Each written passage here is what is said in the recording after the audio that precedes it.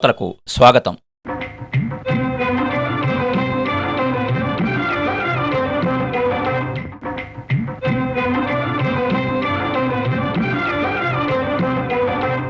కథాభిమానులకు నమస్కారం. ఈ వారం మనం వినబోయే కథ కువైట్ సావిత్రమ్మ. రచయిత చక్రవేణు. కువైట్ సావిత్రమ్మ కథ. సావిత్రమ్మ కొడుకు కూతురికి ఇద్దరికీ ఒకే రోజు ముహూర్తాలు నిర్ణయించి ఘనంగా పెళ్లి జరిపించింది. ఆ పెళ్లి గురించి చుట్టుపక్కల 4 గ్రామాల వాళ్ళు ఘనంగా చెప్పుకున్నారు. ఇంతవరకు ఆ వైపు అంత గొప్పగా పెళ్లి జరిపిన వారే లేరని కీర్తించారు. ఆహా, దేశం కాని దేశానికి పోయి సిగ్గు శరము లేకుండా అయిపుట్టినోడి కిందల్లా కొంగుపరిచి సంపాదించి తగుదనమ్మా అంటూ మొదలుపెట్టి ముసిలోళ్ళం చేసినాక బిడ్డలకు పెళ్లి చేసింది. అది గొప్పేనా అని పెదవి విరిచి మాట్లాడిన ఇల్లాళ్ళు ఉన్నారు. కడుపు నిండా కూడిపెట్టి లడ్డూకారాలు చేసుకున్న పలారాల్ని కొరవలేకుండా పెట్టించి సావిత్రమ్మ పనీపాటోళ్లను మరిసిపోకుండా చూసింది. నా తల్లి, ఈ చుట్టుపక్కల ఏ పెద్దరైతేనా ఇట్లా పెళ్లి కూడు పెట్టినాడేంటి? పొద్దుటి నుంచి మాపటాల దాకా పెండ్లింటి ముందు కూకోబెట్టి ఆఖరికి అంతా అయిపోయినిచ్చి అడుగు బుడుగు ఊడ్చేసింది సిలుంకూడు చారినీళ్ళు మన ముఖాన పోస్తారు. ఇట్టా మన సావిత్రమ్మలాగా ఎవరన్నా మంచి కూడు కానీ పలారాలు కానీ పెట్టినళ్ళున్నారా అని మాలపల్లి ఆడోళ్ళు సావిత్రమ్మ గురించి మరీ పొగుడుకుంటూ చర్చించుకుంటున్నారు. సావిత్రమ్మని అందరూ కువైట్ సావిత్రమ్మ అని పిలుస్తారు. కువైట్ అనేది ఇంటి పేరుగా మారడానికి ఆమె ఆ ప్రాంతానికంతటికీ మొదటిసారిగా డబ్బులు సంపాదించుకోవడానికి కువైట్ వెళ్లడమే కారణం. అప్పటినుంచి ఆమెను కువైట్ సావిత్రమ్మ అని పిలవడం అలవాటైంది. ఇప్పుడు గనక తన భర్త ఉండుంటే కొడుకు కూతురికి ఇంత ఘనంగా పెళ్లి జరిగినందుకు ఎంత సంతోషపడినో. అయినా నా పిచ్చిగాని, ఆయనే ఉంటే నేను కువైట్ ఎందుకు పోదును? కష్టమో సుఖమో ఇక్కడే అందరితోనూ నేను ఉండేదాన్ని కదా అనుకుంటూ భర్తను గుర్తు తెచ్చుకుని బాధపడింది సావిత్రమ్మ. కొత్తగా కట్టించిన ఇంటిని తేరిపార చూసింది. ఊరి వాతావరణం మనసులో మెదిలింది. తన భర్తతో కలిసి జీవించిన రోజులు గుర్తుకొచ్చాయి. కన్నీళ్లు కొంగుతో ఒత్తుకొనిది. భర్త లేని ఒంటరితనం, ఆయనతో కలిసి ఉండిన ఈ ఊరిలో ఇంటిలో ఎక్కువ కాలం ఉండలేను అనుకుంది. అందుకే తిరిగి కువైట్కి వెళ్లాలని నిర్ణయించుకుంది. అయితే ఈసారి కొడుకు లేకుండా తాను ఒక్కతే పోవాలనుకుంది. తన దగ్గర ఆజా వీసా ఉంది కాబట్టి సంవత్సరానికి ఒక పర్యాయం వచ్చి కొడుకు కోడల్ని కూతురు అల్లుణ్ణి చూసుకుని వెళ్తూ ఉంటే సరిపోతుంది. సావిత్రమ్మ అట్లా ఆలోచిస్తూ నిట్టూర్పు విడిచింది. కుటుంబాన్ని ఒడ్డుకు చేర్చుకున్నందుకు బరువు దించుకున్నట్లుగా ఊపిరి పీల్చుకుంది. ఇప్పుడైతే తన్ని అందరూ ఎంతో మర్యాదగా పలకరిస్తున్నారు. ప్రతి ఒక్కరూ సహాయం చేయమని కోరుతున్నారు. తమ పిల్లలకు వీసాలు పంపమని పరపతి ఇచ్చి ఆదుకోమని కొందరు. నీ రుణం ఉంచుకోలేము సావిత్రమ్మ, మమ్మల్ని కూడా ఒక కంట కనిపెట్టి చూడు, ఆదుకో, పుణ్యం ఉంటుందిలే అని ప్రాధేయపడుతున్నారు. వీళ్ల మాటలు పలకరింపులు అంతా మనస్ఫూర్తిగానే చేస్తున్నారా, లేకుంటే నా దగ్గర డబ్బులున్నాయి కాబట్టి గౌరవిస్తున్నారా? మరి వీళ్ళంతా ఒకప్పుడు నన్ను ఎంత కించిత్తుగా చూసేవాళ్ళు. సావిత్రమ్మ అట్లా ఆలోచిస్తూ ఉంటే వెనుకటి రోజుల్లో తన బతుకులో మర్చిపోలేని సంఘటన గుర్తుకొచ్చింది. ఆ రోజు గురించి తలుచుకుంటే పీడకలలాగా అనిపిస్తుంది. అందుకే ఆ రోజుని ఎప్పటికీ మరిచిపోదు సావిత్రమ్మ. ఆ రాత్రి బాగా పొద్దుపోయింది. అందరూ అన్నాలు తినడం పూర్తయింది. రాత్రి పడుకోవడానికి సిద్ధమయ్యే సమయంలో ఇంటి ముందు ఎవరో నిలబడి పిలిస్తే సావిత్రమ్మ బయటకొచ్చి చూసింది. సావిత్రమ్మ, పెద్దబ్బోళ్ళ ఇంటికాడ మద్దిచ్చమంట, నిన్ను రమ్మంటున్నారమ్మో అని ఊరి పెద్ద చాకలి వెంకటయ్య వచ్చి చెప్పినాడు. నేనెప్పుడన్నా మద్దిచ్చాల కాడికి వచ్చినానా వెంకటన్న? కాదు కూడదంటే మా ఇంటి ఆయన పోతా ఉండే. ఇంకా ఆయన చచ్చిపోయినాక ఎవరుండారు? మా ఇంట్లో మద్దిచ్చం కాడకు రాను, సావిత్రమ్మ చెప్పింది. మద్దిచ్చం కాడకు ఇనేదానికి కాదు సావిత్రమ్మ, ఆడ మీ ఓళ్లే నీ మీద మద్దిచ్చం పెడుతున్నారమ్మా, అందుకని గబాన పోయి పిలుచుకొని రారా అంటే వచ్చాను తల్లి అని వెంకటన్న వివరించాడు. నాపైన మద్దిచ్చమా? దేనికంట? నేనెవరినన్నా పొడిచినానా లేకుంటే ఎవరి కొంపన్నా ముంచినానా? సరేగాని ఆడెవరూరు వచ్చినారు వెంకటన్న? సావిత్రమ్మ అడిగింది. అంతా మీ చుట్టాలే ఉండారమ్మా. పెద్దబ్బగారు రామయ్య ఉండాడు, మీ మరిది చిన్నబ్బున్నాడు, సావుకారు నాగయ్యని పిలిపించినారు, ఇంకా మీ ఓళ్ళు ఆడోళ్ళంతా ఉండారమ్మా. చాకలి వెంకటయ్య పేర్లన్నీ గుర్తుకు తెచ్చుకుంటూ ఎవరు వచ్చింది చెప్పాడు. ఆ మధ్యస్థం తనపైన ఎందుకు పెడుతున్నారో సావిత్రమ్మ మనసుకి అర్థమైపోయింది. అయినా పోయి తీరాలి, ఏదైతే అది అవుతుంది, వెళ్ళక తప్పదు అనుకుంది. సర్లే నువ్వు పో వెంకటన్న, మా అయ్యమ్మ కోమిటోళ్ళింటికాడికి పక్కల కోసం పోయింది, ఇంట్లో పిల్లోళ్ళంతా నిద్రపోతున్నారు, ఆమె రాగానే చెప్పొస్తాను, నువ్వు పద. ఎందుకులే సావిత్రమ్మ, పెద్దామిని రానిచ్చే పోదాంలే, బాగా పొద్దిపోయింది. ఒక్కదానివే రాలేవులే అమ్మా, వెంకటయ్య సౌమ్యంగా చెప్పాడు. వెంకటయ్య మాట్లాడుతూ ఉండగానే సావిత్రమ్మ తల్లి లక్ష్మమ్మ అంగడి నుండి వచ్చింది. ఏం వెంకట, ఊర్లో అన్నం పెట్టించుకునేది అయిపోయిందా? లక్ష్మమ్మ వెంకటయ్యను పలకరించింది. వెంకటయ్య అవునని తల ఊపి వచ్చిన సంగతి చెప్పాడు. సావిత్రమ్మ మద్దిత్యం సంగతి వినగానే దిగులుగా నిలబడిపోయింది. అప్పటికే తన భర్త మీద మధ్యస్థాలు ఎన్నోసార్లు జరిగాయి. ఈరోజు మళ్ళా ఏది మాట్లాడతారో, చుట్టాలు పగబట్టినట్టున్నారు కదా అనుకుని బాధపడింది. సావిత్రమ్మ తల్లికి చెప్పేసి వెంకటయ్యతో పాటు పెద్దబ్బగారింటికాడికి బయలుదేరింది. పెద్దబ్బగారిల్లంటే తన భర్త పుట్టి పెరిగిన ఇల్లు, తన భర్త తాతగారి పేరు. పెద్దబ్బ పెత్తనం వచ్చేటప్పటికి ఐశ్వర్యం బాగా తగ్గిపోయింది. కొడుకు రాజయ్య గాని కోడలు సావిత్రమ్మ గాని అతని మాటను కాదనకుండా నడుచుకున్నారు. తండ్రి వ్యాపారం చేస్తానంటే కొడుకు రాజయ్య ఎలాంటి అభ్యంతరం చెప్పకుండా ఎట్లా ఇష్టముంటే అట్లా చేయమన్నాడు. తండ్రి వ్యాపారం చేస్తూ ఉంటే రాజయ్య శ్రద్ధగా వ్యవసాయం చేయడం సాగించాడు. 4-5 ఏళ్లకు బాకీలన్నీ తీరిపోతాయి కదా అని అనుకున్నారు. కానీ అనుకున్నది తారుమారై తండ్రి హఠాత్తుగా చనిపోవడంతో అప్పుల వాళ్లంతా రాజయ్య మీదకు రావడం, విధిలేక భూములమ్మి తండ్రి చేసిన బాకీలు తీర్చడం, దాయాదుల దగ్గర తక్కువ చూపుగా బతకడం ఇష్టం లేక ఇంటి జాగాతో సహా అన్నగార్లకే ఇచ్చేసి పక్కనే ఆనుకుని ఉన్న దిగవనపల్లిలో ఇల్లు తీసుకుని కాపురం పెట్టాడు. తండ్రి పోయాక సంవత్సరం కూడా తిరగకుండానే రాజయ్య గుండె నొప్పితో హఠాత్తుగా చనిపోవడంతో అంతా ఒక కలలాగా జరిగిపోయింది. భర్త రాజయ్య చనిపోయాక సావిత్రమ్మ కుటుంబానికి ఎవరి ఆదరణ లేక ఒంటరిదైంది. చివరికి ఇల్లు కూడా జరిగిన పరిస్థితుల్లో దిక్కులేనిదైపోయింది. దిగువపల్లికి పెద్దూరికి మధ్య చిన్న వంక మాత్రమే అడ్డముంది. వంక దాటుకుని ఊర్లోకి పోయేటప్పటికీ పెద్దబ్బగారింటికాడ వీధి కరెంటు లైటు కింద జనమంతా గుంపుకూడి సావిత్రమ్మ కోసమే ఎదురుచూస్తున్నారు. పెద్దబ్బగారింటి పందిరి కింద వేసిన పట్టెమంచంపై సావిత్రమ్మ బావగారు రామయ్య ఒకవైపు, షావుకారు నాగయ్య మరొక వైపు కూర్చున్నారు. వాళ్లకు ఎదురుగా వీధిలో తూర్పు దిక్కు కరెంటు స్తంభం దగ్గర రాతి బండలపైన సావిత్రమ్మ మరిది చిన్నబ్బ, ఆయనతో పాటు ఇంకా కొంతమంది మగవాళ్లు పెద్దలు కూర్చున్నారు. వీధికి వారగా ఉత్తరం దిక్కున కొందరు, దక్షిణ దిక్కున కొందరు ఆడవాళ్లు కూర్చుని ఉత్సాహంగా చర్చించుకుంటూ గుసగుసలాడుకుంటున్నారు. కొందరు మాత్రం ఎవరి వాకిళ్లలో వాళ్ళు కూర్చుని జరగబోయే దానికోసం ఎదురు చూస్తున్నారు. సావిత్రమ్మ అక్కడికి రాగానే అందరూ ఒక్కసారిగా మాట్లాడడం ఆపేశారు. సావిత్రమ్మ నేరుగా వెళ్ళి తన తోడికోడళ్ళు కూర్చున్న చోటికి వెళ్ళింది. సావిత్రమ్మ కూర్చోగానే తోడికోడళ్ళిద్దరూ దూరంగా జరిగిపోయారు. సావిత్రమ్మ ఒక్కతే నేరం చేసిన దానిలాగా బోనులో ఉన్న తీరుగా కూర్చున్నది. షావుకారు నాగయ్య సావిత్రమ్మని కళ్ళద్దాల్లోంచి తేరిపారి చూసి, ఒరే చిన్నబ్బా, మరి మీ వదిన వచ్చింది అన్నాడు. నాగయ్య మాట పూర్తి కాకముందే చిన్నబ్బ అభ్యంతరం చెప్పాడు. మామ, ఇంకోసారి ఆ మాటను వాక, అది నాకు వదిన కాదు. మా అన్న చచ్చిన రోజే అది నాకు వదిన కాకుండా పోయింది. అవును, నిజమే కదా. వాడన్న ఉండి ఉంటే నేను వదిన, అన్న చచ్చినాడు కాబట్టే నెల కూడా తిరగకముందే నన్ను బెదిరించి బలవంతంగా చెరిచినోడికి నేను వదిన వరుస ఎట్లావుతానులే. సావిత్ర మనసులోనే గునిగింది. నువ్వు అనుకున్నా మేము అట్లా అనాల్సిందే కదరా. సరేలే, ఆమె వచ్చింది, మరి నువ్వేదో చెప్పాలంటివి కదా, చెప్పు. నాగయ్య మధ్యస్థం ప్రారంభించాడు.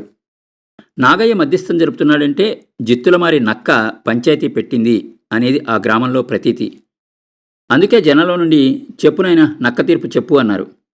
ఏమిరా చిన్నబ్బా, కానీ మరి అన్నాడు నాగయ్య. నన్నడిగేది ఉంది మామ, అది చేసే పని మమ్మల్ని నలుగురిలో తలెత్తుకోకుండా చేస్తోంది. ఊర్లో ఎవరు పట్టినా దీని మాటే చెప్తా మమ్మల్ని, మా కుటుంబాన్ని నవ్వులపాలు చేస్తున్నది. ఆ సంగతి అందరికీ తెలుసు కదా. చిన్నబ్బ ఆవేశంతో రొప్పుతూ అరిచాడు. ఓరి చిన్నబ్బా, అరిస్తే పోయేది మన పరువేరా, దానికేమి సిగ్గుమానం అనేది ఉండేది కదా. సావిత్రమ్మ బావగారు రామయ్య ఎత్తిపొడుపుగా అన్నాడు. ఏమిరా చిన్నబ్బా, ఆ అమ్మాయి సంగతి ఏం చెబుతావో చెప్పేసి, ఈ పొద్దు ఏదో ఒకటి తేలారా. రామయ్య గట్టిగా అరిచాడు. నేను చెప్పాలనా, నువ్వు చెప్పకూడదా అంటూ చిన్నబ్బ అన్ననే చెప్పమన్నాడు. కడుపు చించుకుంటే కాళ్ళకాడ పడతాదని ఆ పాడు మాటలన్నీ పెద్దోడు ధర్మాత్ముడు నోటి పడతా ఎందుకే, నువ్వే చెప్పరా. ముందుగానే అనుకున్న పథకాన్ని గుర్తు చేశాడు నాగయ్య. అనుకున్న పథకం ప్రకారం ఏదో ఒకటి తొందరగా తేల్చాలి, లేకుంటే మధ్యస్థం తారుమారవుతుందని చిన్నబ్బ గ్రహించి చెప్పడం ప్రారంభించాడు. మామ, ఊర్లో ఇన్ని రోజులా ఇది ఎవరెవరితోనో వ్యభిచారం చేసింది. ఎన్నిసార్లు కొట్టినాం తిట్టినాం, అయినా మానుకోలా. నలుగురిలో మా పరువు తీసింది. ఇప్పుడు అక్కడెక్కడి నుంచో కువైట్కు పోయి ఒక నాకొడుకు వచ్చి ఉన్నాడు. వీళ్ళమ్మగారి ఊరంట, రహిమాన్ అంట. ఆడితో కులకతా ఉండింది. మా వంశాన్ని నాశనం చేయడానికి కాదు, మా వంశాన్ని నాశనం చేయడానికే ఇది మా ఇంటికి వచ్చింది అని చిన్నబ్బ ఆవేశంతో రొప్పుతూ అసలు విషయం బయటపెట్టాడు. ఏమమ్మా, వాడు చిన్నబ్బ చెప్పేది నిజమేనా నాగయ్య సావిత్రమ్మని విచారించాడు. ఏందయ్యా దాన్ని విచారించేది? అది ఈ ఊళ్ళో ఉంటే మా పిల్లోళ్ళకి పెళ్లిళ్ళు కూడా కాకుండా దాని బతుకుని ఏలెత్తి చూపుతారు. ఉంటే ఊర్లో అదన్నా ఉండాలా, లేకుంటే మేమన్నా ఊరొదిలిపోవాలా? అంతే, ఏదో ఒకటి తేల్చాలి ఈరోజు. రామయ్య తమ్ముని మాటలకి జత కలిపి అరిచాడు. సావిత్రమ్మకి కళ్ళలో నీళ్లు ఉబికి జలజల రాలిపోతూ ఉంటే మౌనంగా రోదిస్తూ కూర్చుంది. జనంలో మరలా శబ్దం మొదలైంది. ఏం సావిత్రమ్మ, తలంచుకుని ఏడ్సేదెందుకు? ఈడందరూ పతివర్తలైపోయి లోకానికి విరుద్ధంగా నువ్వు ఒక్కదానివే వ్యభిచారం చేయలేదులే. ముసుగులో కనపడకుండా చేస్తే అందరూ పతివర్తలే. ముసుగు తీస్తే అందరి గుట్టు ఎత్తిపోసినట్టుంటుంది. నీకేం భయం లేదు. నువ్వు చెప్పాలనుకున్నదే తెగేసి చెప్పే. మేమందరం నీకు మద్దతుగా ఉన్నాం, పర్వాలేదు అన్నట్టు చెంగవ ధైర్యం చెప్పి సావిత్రమ్మను మాట్లాడమనింది. ఏమమ్మే, వాళ్ళు చెబుతా ఉండేది వినపడతా ఉంది కదా, గమ్మున మూగెద్దులా ఉంటే అట్టా? ఏం చెబుతావో చెప్పు. నాగయ్య గట్టిగా దబాయించినట్టు అన్నాడు. ఏముండదని చెప్పేదన్నా, బలమున్నోళ్ళది నోరున్నోళ్ళది చెల్లుబట్టవుతుంది. మీరంతా వాళ్ళ దిక్కు మాట్లాడేదానికే వచ్చినారే గాని నా మాట కూడా పట్టించుకొని న్యాయం చెప్పాలనుకుంటున్నారా? సావిత్రమ్మ ఏడుస్తూనే మాట్లాడుతూ ఉండాలి. కొద్దిసేపు అందరూ నిశ్శబ్దంగా ఉండిపోయారు. సావిత్రమ్మ చెప్పడం మొదలుపెట్టింది. అందరూ సావిత్రమ్మని సానుభూతితో చూస్తూ వింటున్నారు. వీళ్ళకందరికీ నేనేదో తల తీసేసినట్టు, లోకానికి విరుద్ధంగా నేనొక్కదాన్నే కాని పని చేస్తా ఉన్నట్టు మాట్లాడుతున్నారే. ఇన్ని రోజులు వీళ్ళెవరైనా మమ్మల్ని ఆదుకున్నారా? మా ఇంటి ఆయన పోయినాక పాపం బిడ్డలు గలదే అని విచారించి ఒక పూటకు అన్నానికి సేరు గింజలు గానీ రూపాయి డబ్బు గానీ ఇచ్చినోళ్ళున్నారా? చెప్పమనని చూద్దాం. సిగ్గు మానం లేని బతుకంటున్నారే, అది నా పిల్లోళ్లను కాపాడుకోదానికే చేస్తున్నా గానీ ఒళ్ళు బలిసి కొవ్వెక్కి చేయలేదు. కూలికిపోయో నాలికిపోయో నా బిడ్డలు నేను పస్తులుంటున్నామో తింటున్నామో నా కొంపలో నేను పడున్నాను. ఎట్లనో నా బతుకు నేను బతికితే వీళ్ళకేం బాధ? ఇప్పుడు ఆ కొంప కూడా లేకుండా చేసి తరిమి కొట్టాలనుకుంటున్నారు. సరే, అట్లనే కానివ్వండి. నా బిడ్డలు నేను ఊరొదిలిపోతాం. వాళ్లనే నా బతుకు కూడా బతికి రాజ్యం ఎరుకోమనండి. సావిత్రమ్మ గబగబా ఆ మాటలనేసి ఏడుస్తూనే వెనక్కి తిరిగి చూడకుండా పరిగెత్తుకుని ఇంటికొచ్చింది.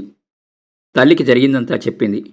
అదే రోజు తెల్లవారుజామున పాసింజర్ రైల్లో తల్లితో పాటు బిడ్డల్ని తీసుకుని పుట్టిన ఊరికి చేరుకున్నది. పుట్టినింటి తరఫున బంధువుల సహాయంతో రెహమాన్ సాహెబ్ అండదండలతో అతనితో కలిసి కువైట్ బయలుదేరిపోయింది. డబ్బులు బాగా సంపాదించి ఇన్నాళ్లకు మరలా ఒక ఆస్తిపరురాలుగా భర్త భూమిలో కాలు పెట్టడం, పోయిన ప్రతిష్ట మరలా రావడం అంతా విచిత్రంగా ఉంది సావిత్రమ్మకి.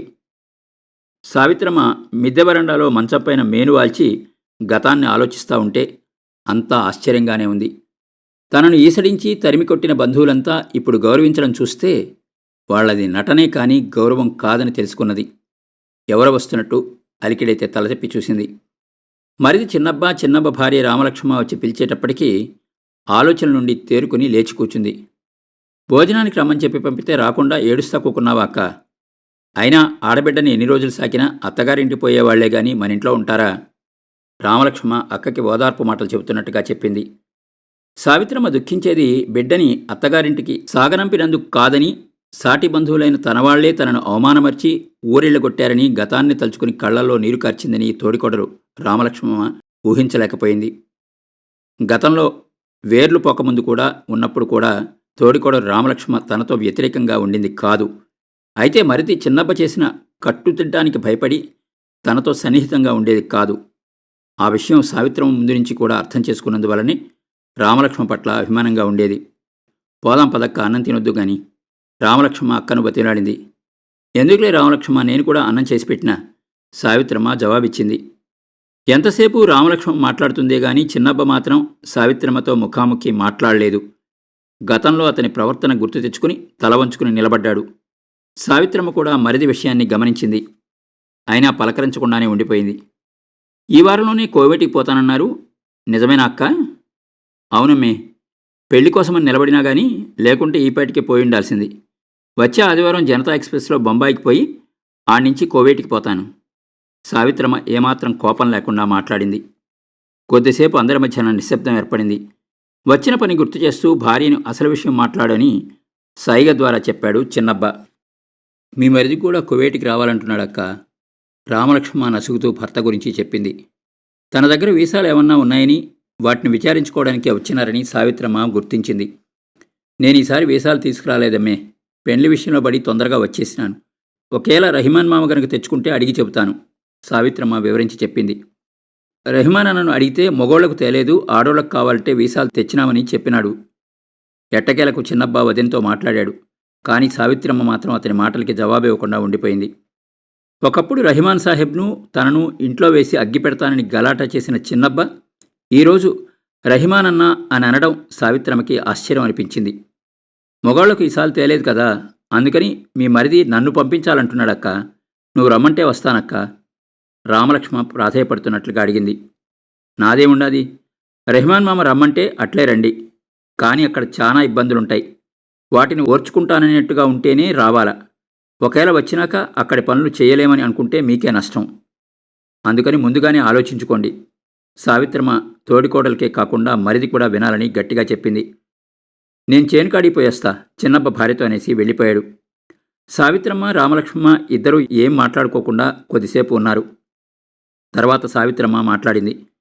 నేను నేరుగా బొంబాయికి పోతూనే ఎక్కువ రోజులు ఉండకుండానే కోవేటికి పోతాను. నువ్వు నా నంబడే వచ్చేదానికి వీలు పడదు రామలక్ష్మమ్మ. నీకు బొంబాయిలో డాక్టర్లు పరీక్షలు చేసి పాస్పోర్టో ఈసాతనికి చేసేసినాక అన్నీ రెడీ అయ్యేప్పటికీ సుమారుగా ఎంత లేదన్నా 2-3 నెలలన్నా పడతాది, సావిత్రమ్మ వివరించింది. రెహమాన్ మామ కూడా మా ఇంటాయనతో అదే మాట చెప్పినాడక్క. సరే, నీ బడీత మీ ఇంటాయనను కూడా బొంబాయి దాకా రమ్మన్నాడా, లేకుంటే వద్దులే అన్నాడా? నీకు మళ్ళా ఖర్చు దేనికి చిన్నబ్బా, నేను బడీతా ఉండి నీ భార్యను జాగ్రత్తగా పెంచకపోతాను కదా అని రెహమాన్ మామ చెప్పినాడంటక్క. రామలక్ష్మమ్మ అమాయకంగా చెప్తూ ఉంటే సావిత్రమ్మకి ఒక విధమైన సానుభూతి కలిగింది. రామలక్ష్మమ్మకు భర్త ఏమీ చెప్పినట్టుగా లేదు అని అనుకుంది. రెహమాన్ ఉపాయం ఏమిటో కూడా ఆమెకి తెలిసినట్లుగా లేదు అనుకుంది. కానీ రామలక్ష్మమ్మ, నీకో సంగతి చెప్పాలమ్మే.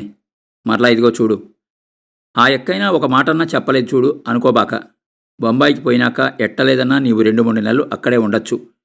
ఈ 2 నెలలు నిన్ను తీసుకుపోతా ఉండారే ఏజెంట్లు, వాళ్ళు మర్యాదగా చూస్తారనుకోమాక. అక్కడ వాళ్ళకు కావలసిన మొగోళ్ల దగ్గరకల్లా నిన్ను పంపిస్తారు. నేను చెప్పేది మాత్రం అచ్చరాలా నిజం. నీకిష్టమున్నా లేకున్నా సరే, వాళ్ళు చెప్పింది చేయకుండా మాత్రం కోవేటికి పోలేవు. నీ మీద నాకు దయుండాది కాబట్టే నేను నీకు సంగతి చెప్తున్నా. ఆడోళ్ళు కోవేటికి పోతున్నారంటే అంత సులభంగా పోతున్నారనుకోవద్దు. అందుకని బాగా ఆలోచించుకో. సావిత్రమ్మ ఏజెంట్ల గుట్టిని దళారీతనాన్ని పోసగుచ్చినట్లుగా వివరించింది. సావిత్రమ్మ చెప్పిందంతా విన్నాక రామలక్ష్మమ్మ బోరుమని ఏడ్చింది. మా ఇంటాయనికి ఆ సంగతులన్నీ తెలిసి కూడా నన్ను పంపిస్తున్నాడక్క. వాళ్ళు ఏమి చెప్పినా నన్ను ఒప్పుకోమని చెప్పినాడు. నేను ఆ మాదిరిగా చేను పోనంటే నన్ను పట్టుకుని కొడతన్నాడు. ఇంకా ఈ దెబ్బలతో ఇక్కడ చచ్చేదానికన్నా ఆడికి పోయి బతకడమే మేలనిపిస్తా ఉంది అంటూ రామలక్ష్మమ్మ ఏడుస్తూనే వివరించింది.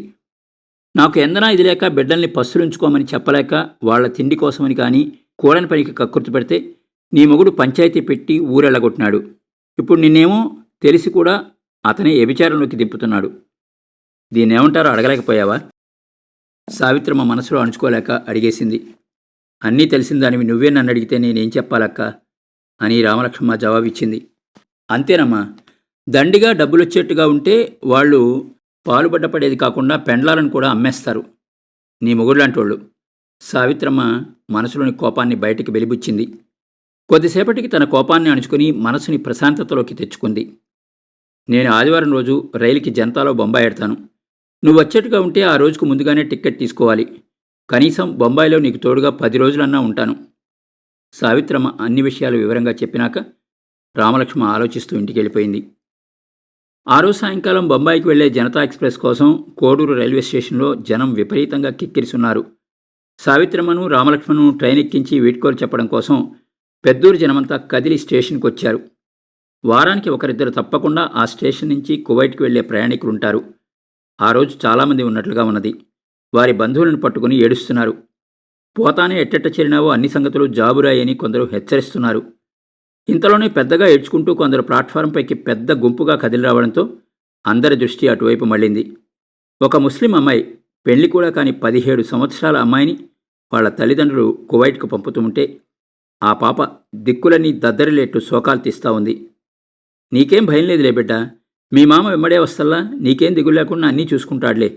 2 సంవత్సరాలు గట్టిగా ఉంటే సాల్, మళ్ళీ వద్దు, వచ్చేసి బాగా పెళ్లి చేస్తామంటూ తల్లి బిడ్డకి నచ్చ చెబుతోంది. పెళ్లి కాని పసిబిడ్డని కాని దేశానికి తరిమి ఆ డబ్బులు సంపాదన లేకుంటే ఏమిటి?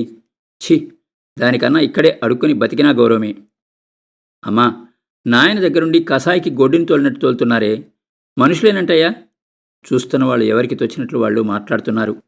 రైలు బండి స్టేషన్లోకి రాగానే జనం ఒకరినొకరు తోసుకుంటూ పెట్టెల దగ్గరికి పరుగు తీశారు.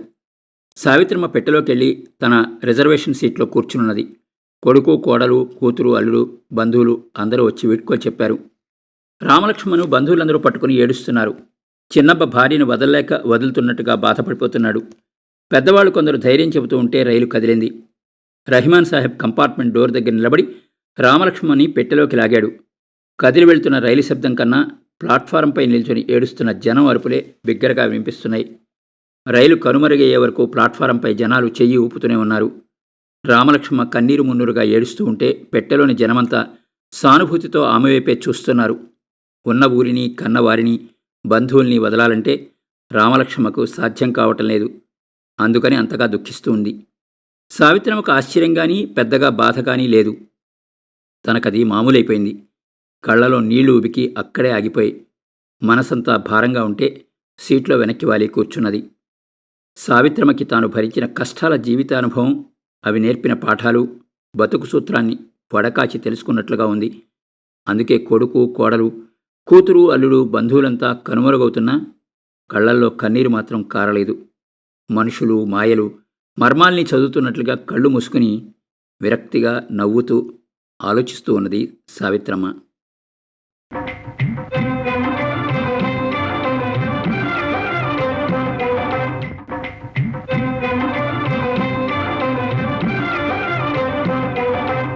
విన్నారు కదండి, చక్రవేణి గారి రచన కువైట్ సావిత్రమ్మ కథ. ఈ కథ ఆంధ్రజ్యోతి సచిత్ర వారపత్రికలో 20 జూలై 1990 సంవత్సరంలో ప్రచురించబడింది. మరో మంచి కథతో మళ్ళీ కలుద్దాం. అంతవరకు సెలవు. మీ కొప్పర్తి రాంబాబు, విశ్రాంతి ఉద్యోగి, ఇండియన్ బ్యాంక్, విజయవాడ.